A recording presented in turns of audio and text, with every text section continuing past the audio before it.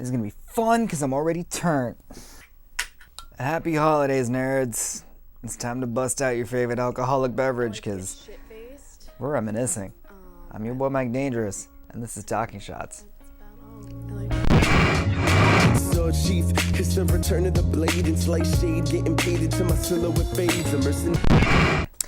I'm feeling it, dude. Nothing brings out the holiday spirit more than talking about the economic failures of old retail chains. With the loss of Toys R Us 2 years ago, I've been thinking a lot. I know, rare for me. There's a lot of Christmas shopping you can do without actually shopping these days. I mean, what are you gonna buy? Clothes? I do have a Hollister membership because I pretend to be a little bougie boy and I get the emails, but I'm poor. Although I do appreciate like socks. So like if you're trying to buy me a gift, you can buy me socks. It's okay. Only if you want to. You don't have to. I love you. Everything worth buying, you can get online these days. Now, don't get me wrong. Don't get it twisted. I'm very much a part of the Bezos machine as everyone else is. But there's something special about going into like a Circuit City or a Virgin store to get someone a Christmas gift or a holiday gift. I'm sorry. I'm the worst. Man, remember music stores? Like, remember having to insert a CD into a CD player to like listen to music? There was a time when people would keep CD binders in their car with like hundreds of CDs just to listen to music. And the crazy thing is that would still be a fraction of what's in most people's Spotify playlist. There are plenty of artists who still produce CDs and tapes and vinyls. It's not like a cool hobby thing, like to have a nice, tangible, big piece of media that your music comes on. It's cool, you know? It's like cool now to have a physical thing that you bought instead of just, you know, going to the Pirate Bay. But I don't know, it's not the same as going into like a chain like Sam Goody and just browsing music and seeing an album cover art that like catches your eye. God, look at that neon. It's beautiful. Sam Goody went bankrupt in 2006 for obvious reasons, as well as many other record stores. Oh my God.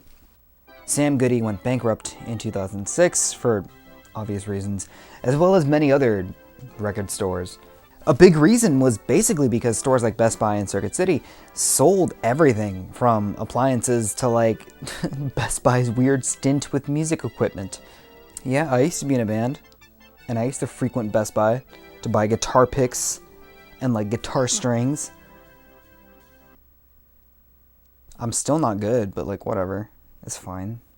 Circuit City would file for bankruptcy in 2008, and while not totally gone, good luck finding one. The closest one to me is a whole city away. Best Buy is still around, but between you and me, I don't know how long that's gonna last. I mean, buying TVs in person is cool. Toys R Us was a pretty big hit because for a lot of us, it was the end of an era and the start of a new one, led by Spirit Halloween. But Toys R Us was the end of a long list of stores closing their doors. That's a fun rhyme. Our childhood was being ripped from our hands for a long time now. You see, Toys R Us, at least in the US, never had any real competition. I mean, like, yeah, you had like KB Toys and Funko Land, but they were never to the scope of what Toys R Us was. The reality was, those were much smaller chains. It doesn't make them any less interesting though, because I remember KB Toys as always having the cool... Remember Earthworm Jim? Yeah, it was lit. KB Toys went out of business, and while there's rumors of it coming back, I'm doubtful. Funko Land was a bit of a different story though. Funko Land initially opened in 1989 as a video game store. This was before Electronics Boutique became EB Games and before GameStop was GameStop. Eventually it became more of a, I'm quoting this from Wikipedia, lifestyle accessories and toys for boys between 6 and 14. What the fuck is a lifestyle accessory? Isn't that like Gwyneth Paltrow selling goop? Eventually, all the game stores bought each other out, and we live in this weird world where EB GameStop will sell you a broken Nintendo Wii for 50 bucks and will offer you 100 bucks for your house. This truly is the darkest future. Man, remember Discovery Zone? Because, you know, malls needed something to get your kid to shut the fuck up. It was basically an indoor jungle gym and a great place to catch the common cold. And sometimes the Power Rangers would just show up. There was a kind of influx in these play center things in the 90s, which I mean the obvious giant was Chuck E. Cheese, which, fun fact, was founded by Nolan Bushnell, the same guy who founded Atari. R.I.P. We had places like Dandy Bear, which there's still one open by my house actually, and I don't know why. I drive by it and I see no one there, but they have like old school Street Fighter arcade machines and I want them. Man, remember the Disney Renaissance? I do. I also remember the really ugly internal disputes that formed DreamWorks. You know, just 90 kids things. Of course, after any breakup, Disney had a phase. Disney announced a ton of new innovative theme parks, then immediately canceled all of them. Instead, we got Club Disney. Hey, it's the 90s and shopping malls are everywhere. Wouldn't have Vaporwave without it. We have themed restaurants like the Rainforest Cafe and the Hard Rock, serving that sweet, sweet cuisine. They're starting to look a lot like amusement parks themselves. So of course, Papa Disney wanted some of that money. And so Club Disney was born. It was basically Chuck E. Cheese with like animation classes. Is lit. For the big boys and girls, there was ESPN Zone. You can sit and watch TV at this one and win a trophy for it. But like most good things, most of these places would be closed by the mid-2000s, mostly because of the recession. That damned housing market crash, bro. Chuck E. Cheese is still around, but for the most part, people just go there to meet their weed dealers.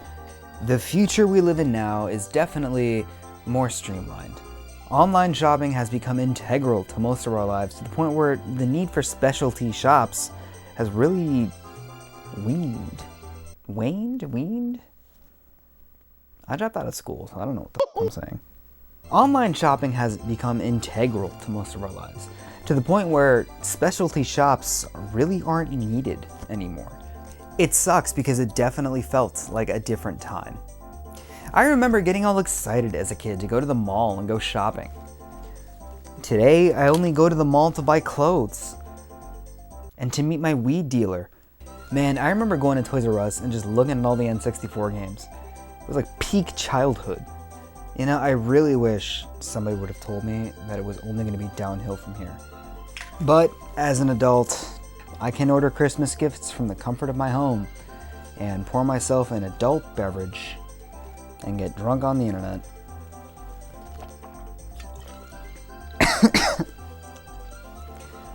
And I have all of you to thank for that.